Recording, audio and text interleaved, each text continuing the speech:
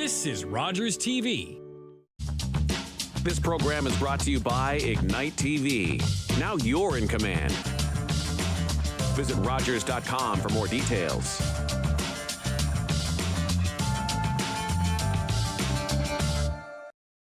The opinions expressed in the following programs are those of the participants and do not necessarily reflect those of Rogers Cable or Rogers TV.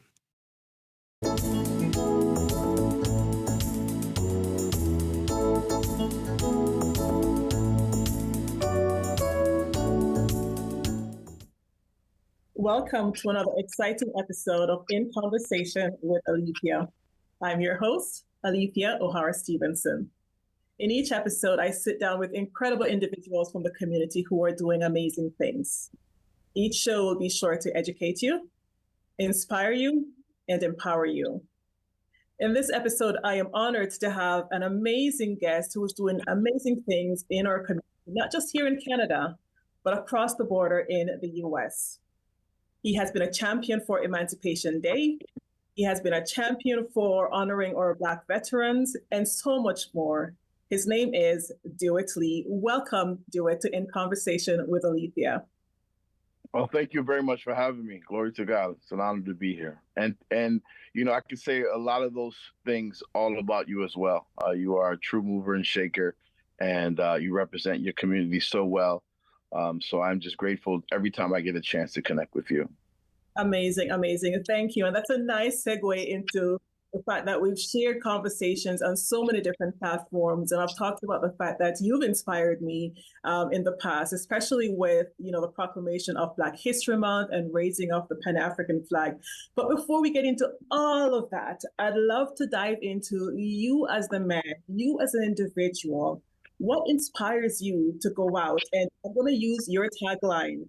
On your Instagram page, you have, let's build, let's rise, let's do it. So indeed. What inspires you to be the man that you are and to go out and advocate for our community the way you do? Well, I think I may have, I have to give credit just to avoid any plagiarism charge. Let's build comes from the Bible, Nehemiah. He was given a responsibility to rebuild some broken walls in Jerusalem. And he risked his life and he, risked his profession. And he got on the wrong side of, some powerful people and stepped on toes and really rallied people, defeated people, really lifted up a defeated people. And, so I get my inspiration from those kind of stories. And also, I'm a prayer warrior. There's no question about it. And so I get my daily assignments every morning when I get down and get into prayer. And I just go forth and execute, trusting that God is going to be with me in every step of the way. I love that. And I love the confidence in speaking about your faith and God. And that's something that, publicly not many people are comfortable sharing. So I truly appreciate that. As a spiritual person myself, I appreciate the fact that you can authentically share who you are and what inspires you to be the man that you are today. So thank you for that educational piece. Oh, indeed. And it is it is actually a part of the Emancipation Month space and platform is to allow people of African descent who are believers a special hallowed space to celebrate and thank our God for delivering us from not one Pharaoh, which is the Passover celebration, right? Jews have Passover, and that's from being freed from one Egyptian Pharaoh. But our ancestors were, in bondage by multiple pharaohs. Right. And so Emancipation Month is being positioned so that the story of our faith can be spoken about, because we serve this God, in Ethiopia long before we were put on boats, and we were reconnected with the Word here in America, and we had a different way of living out that Word. We were forced to live out that Word, in front of cameras, right? We were forced to love our neighbor in front of cameras. We're our enemy in front of cameras, right? And it says, "Blessed those who are persecuted," and we live that out in truth and spirit. So we have a special relationship, and it's not to be. It's been bundled a lot with others who worship, who are Christians, and I believe that there needs to be a sacred space carved out for our ancestors who carried that word and lived that word in truth in real life. That's amazing. And I thank you for sharing that history with us. And for the benefit of our viewers, when we talk about Emancipation Month, do you want to just dive into some of the facts around Emancipation Month? Yes. Yeah, absolutely. Emancipation Month. It's it's something that has truly shaped my life, has conformed my life and transformed my life. It's in lives of people all over the world. It started off with just me wanting to raise that flag in honor of Emancipation Day, and I felt like our community deserved it. The Toronto community deserved it. Absolutely. And being born in Toronto but built in Buffalo, I've been sort of incubated in a very Pan-African space, right, as a young man.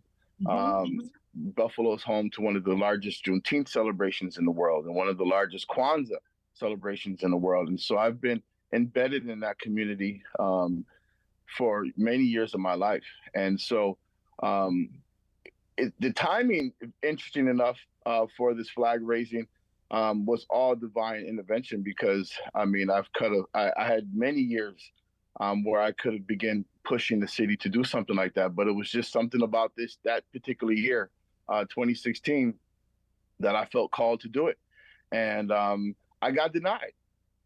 Right, wow. The city of Toronto said no, and listen, it's not the first time the city of Toronto said no to something.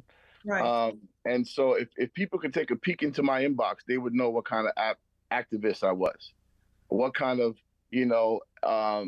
catalyst of real change. Right, a lot happens behind the scenes, and I have very, very honest and frank conversations, and sometimes it gets a little aggressive with the power to bend things in our favor, and to make sure that we are included and respected. And so I was denied because there was no precedence. There was no Canadian precedence for this flag ever being lifted up on Canadian soil.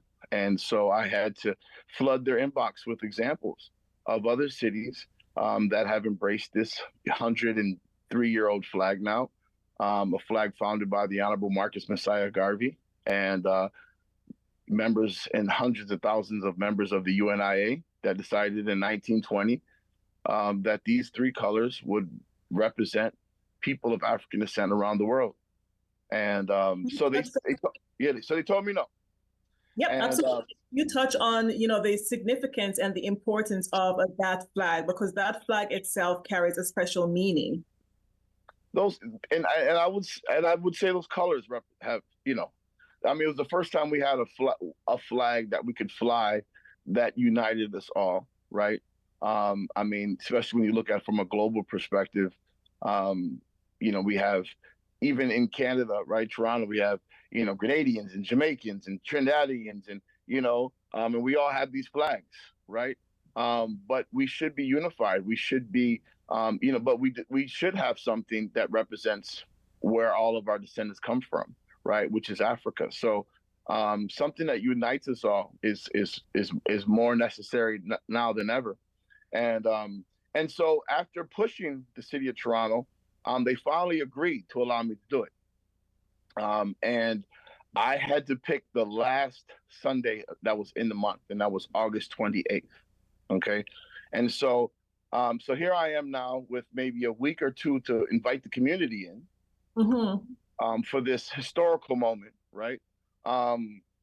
Which was taken as almost an insult by many people, right? The fact that I only had a week head's notice, a lot of leaders, Black leaders in our community, who I counted on to be present with me, declared that wasn't enough time for them to do anything, and they and I had to stand in that moment alone, and it was terrifying, because it was so big. The moment was so big, and I'd never. I mean, I almost maybe I never thought it could even happen. But once the approval came in, the gravity of the situation started to weigh on me, and it was the biggest thing I've ever been involved with. I mean, it was just so emotional and so culturally significant, and I was looking for the support I thought I really needed, and I looked to the hills where my help came, and it worked out. But so I picked the last Sunday, and the last Sunday was August 28th, and what I had to do was now I had to connect the dots from August 1st to August 28th, right? Like how do you make something an Emancipation Day event on August 28th, right? It just felt like it was sort of worlds apart. And I was like, what do I? So I start Googling that date, August 28th, to find something that I can use as a significance to be able to say, this is why I connected the 1st to the 28th. And I'm finding all these U.S. dates of significance. And to me, I was like, I know my Canadian people, and I know that we want Canadian history to stand on, right? We're hungry to learn about our own history.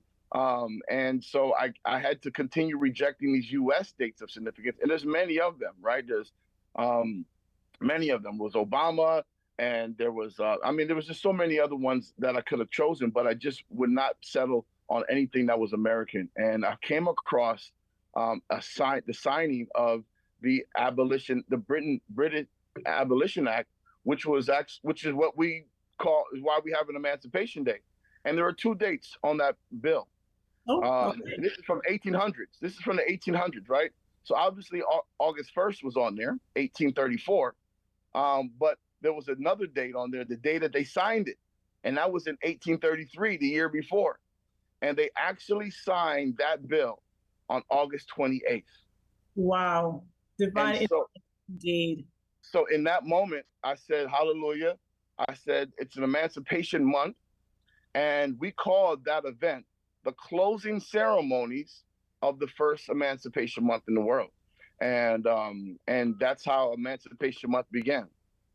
That's amazing. And so prior to Emancipation Month, you actually advocated to have Emancipation Day proclaimed. Is that correct?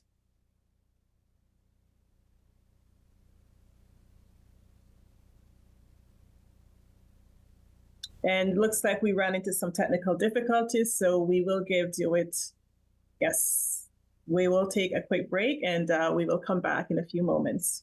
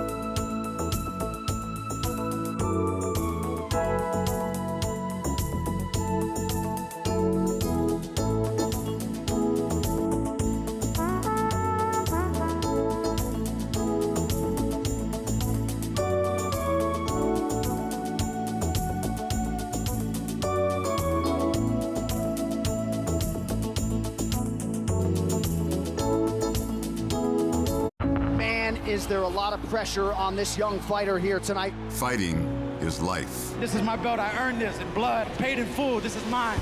Everyone gets knocked down, but fighters get back up. You cannot break me, I promise you. Adversity is the road to victory. Sacrifice is the price for glory. The very struggle for survival is the fight for greatness.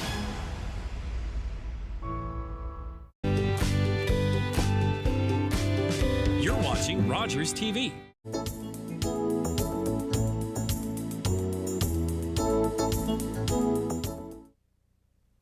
Welcome back to In Conversation with Alethia. We're picking up the conversation after some minor technical difficulties, but nevertheless, we are here continuing the conversation with Dewitt Lee. So prior to the break, we talked about Emancipation Month. I have to comment that, oftentimes great leaders have to stand alone to get things done. And that's exactly what you did in order for us to be able to celebrate Emancipation Month here in Canada. So thank you for your leadership. I also want to touch on the fact that Emancipation Day itself was already proclaimed and submitted by someone else. So we just want to make sure that we're doing the due diligence and not taking credit for someone else's work. So thank you for sharing that and for inspiring us when it comes to Emancipation Month. So over to you, Dewitt. I know you're anxious to say a few words. Well, I appreciate that.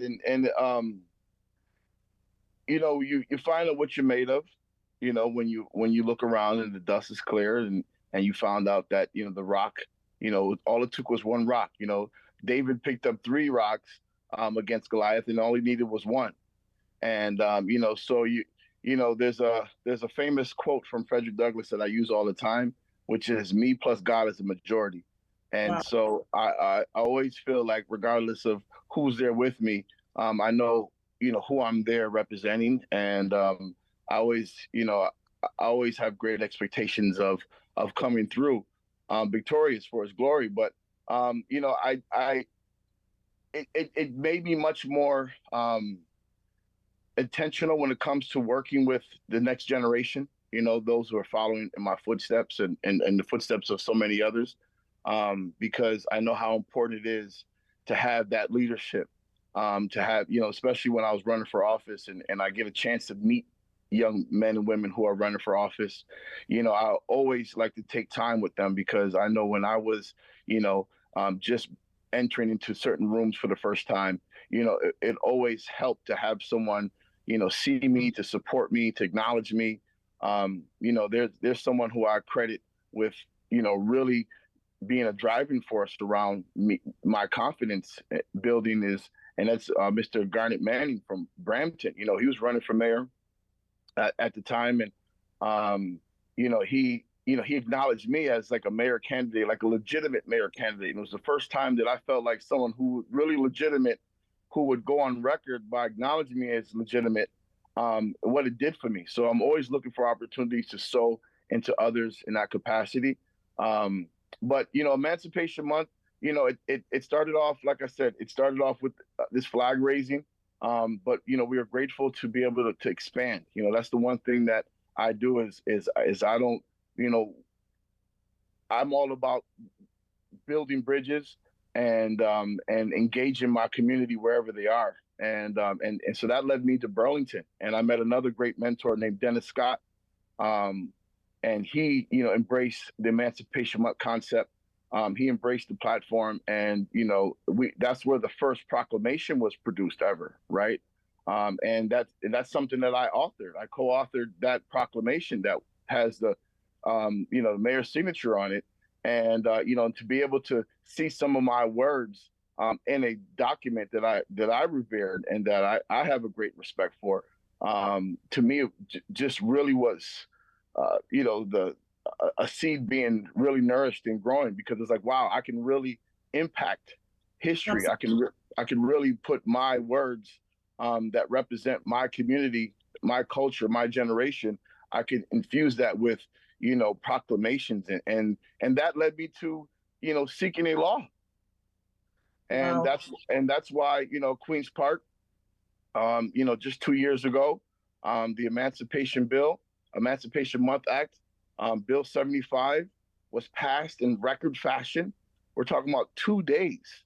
A bill passed in 2 days. It received the first, second, and third reading in 1 day, and then received royal assent on the second, making it a law. And forever and ever, Emancipation Month will always be recognized in Ontario. And now it's time to, in the same year, we got the city of Buffalo to acknowledge Emancipation Month. So that's the first U.S. city. Because the thing about Emancipation Month is that it's not just about what happened to those who were enslaved under British colonial rule, but it's talking about the entire global emancipation experience of people of African descent. So that includes the Arab slave trade. That I even talked about. Wow. That happened long before British ships and Spanish ships started extracting our greatest commodity from Africa, which is our people.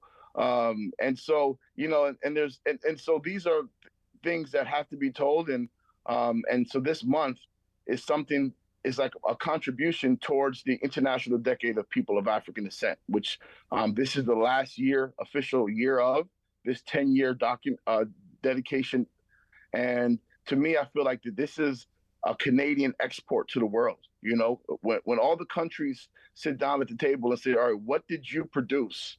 What did you produce during this decade?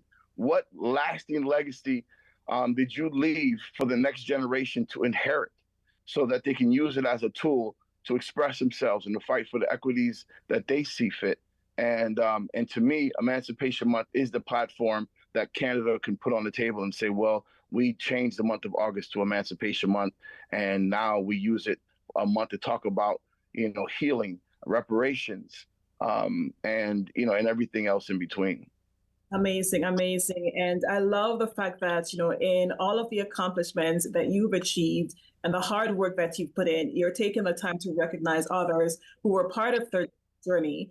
And above and beyond that, you're taking time to appreciate the fact that someone else was in your corner, giving you that support, giving you that pillar to stand on so that you can have the confidence to go out and do what you needed to do. And as a result, you're now sowing those seeds for the next generation to be able to leverage from. So that is powerful. And that's essentially what community is all about, right? Being there for each other, looking out for each other, and most importantly, setting a foundation for that next generation. Now, I want to transition a little bit, Dewitt, because we don't have enough time, but I really want to take time to focus on another initiative that is absolutely inspiring, and it takes place right across the border. And this is specific to the Jefferson 10. And so, and 2 years ago, there was a mass shooting in Buffalo. And as a result, as the name says, Jefferson 10 individuals sadly passed away as a result. So I should say murdered as a result. Yeah, murdered, gunned down by a white domestic terrorist. Right. But I think where I want to go with this is, the important part about it is, as a result of that tragedy, you were able to rally a group of individuals together to, I think it was Brian's Clothier. And so with that, you were able to provide suits to young men in general, to be able to go out and participate in the funeral services for these individuals. And that essentially inspired a revolution of sort. Can you just touch on that and the importance around St. Brian's Clothier and work around?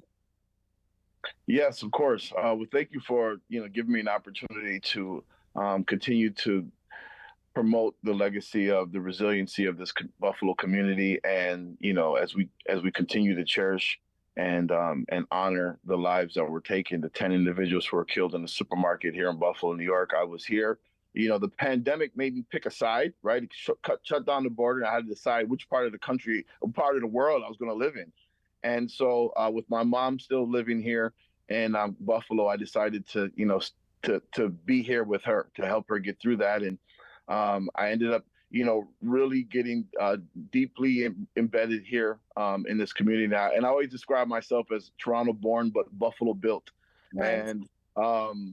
And so, being here in the community, I actually, a year prior to it, I just started to buy suits. I was buying suits, and I didn't know what was going on, but I would go to thrift stores and I would just buy suits a couple times a week, and got so much that I had to put in a storage unit. And then I decided to turn my storage unit into a store, sort of a speakeasy of sorts, where it was like, you got to know somebody to know somebody to get into my store. And so I had this large inventory of suits, and, we had a constant focus on providing suits to men who needed it for jobs, for job interviews, or for court.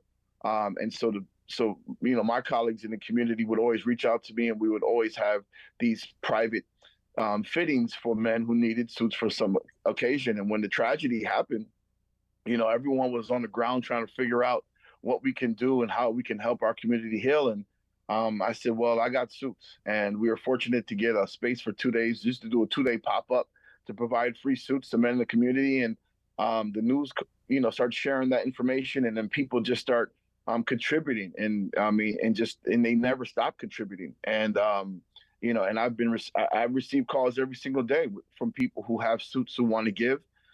We've dressed thousands of men, and the impact that happens instantly when a man is wearing a suit is the most drastic transformation, in a person's attitude I've ever seen. I've ever seen. It's just instant transformation. Once a week or so, I get a chance to dress the men in the city mission here in Buffalo, and it's unbelievable how someone goes from feeling pretty down and out and hopeless even, to all of a sudden a suit gives them the sort of a drive to pursue something, to get in pursuit of something. Like, you could just see the motivation and the inspiration, returning to them, and then they start inspiring each other, and they're encouraging each other, and they're and it just creates an atmosphere that is really electric and exciting. And and it's just a suit, but it really does make a difference. And I do personally take a lot of care in putting the suit on you, right? So it's the conversation that happens. Like when we dress you, we get to address what's bothering you, right? Yeah. And so during that moment, it's intimate. It's very intimate. I'm in your space. I'm buttoning your buttons and I'm tying your ties, and it's intimate. And someone's serving you, tying your shoelaces. And during that time, a trust is built pretty quickly. And then I get an opportunity to, just be a listening ear and, provide whatever kind of, what kind of wisdom that I can share with them. But, I end up benefiting the most from it, just because the experience is so enriching and rewarding for myself. Oh my gosh, that is so incredibly inspiring, Dewitt, and that. And one of the things that I love about the work is the fact that you're taking such pride in caring for these individuals. So thank you. And we are unfortunately at the end of our segment. And, as always, these conversations are incredibly inspiring, but I want to take a moment to thank you for empowering our community. Thank you for continuing to build a community within a community by helping these men. And thanks for having a conversation with me. It has been Thank you. Thank you so much. I really did appreciate it. Thank you for giving us a platform. Happy Black History Month to you. Yes. And I do encourage everyone to go to dewittlee.ca to get information about our Black History Month at Queens Park this February, and the other initiatives. And also, happy Lincoln Alexander Day. That's the beginning of this month as we celebrate all these historical men and women from our community. So that's important. Let's not forget that. Amazing. And thank you so much. And we will be having Black History Month celebrations right here in Dufferin County as well. So thank you once again, Dewitt. And at this time, I'd like to say a special thank you to Town Tees for our logo design, and thank you to Moonstone by MA for the amazing jewelry. Thank you for tuning in. Until next time, stay safe. Bye. Bye-bye.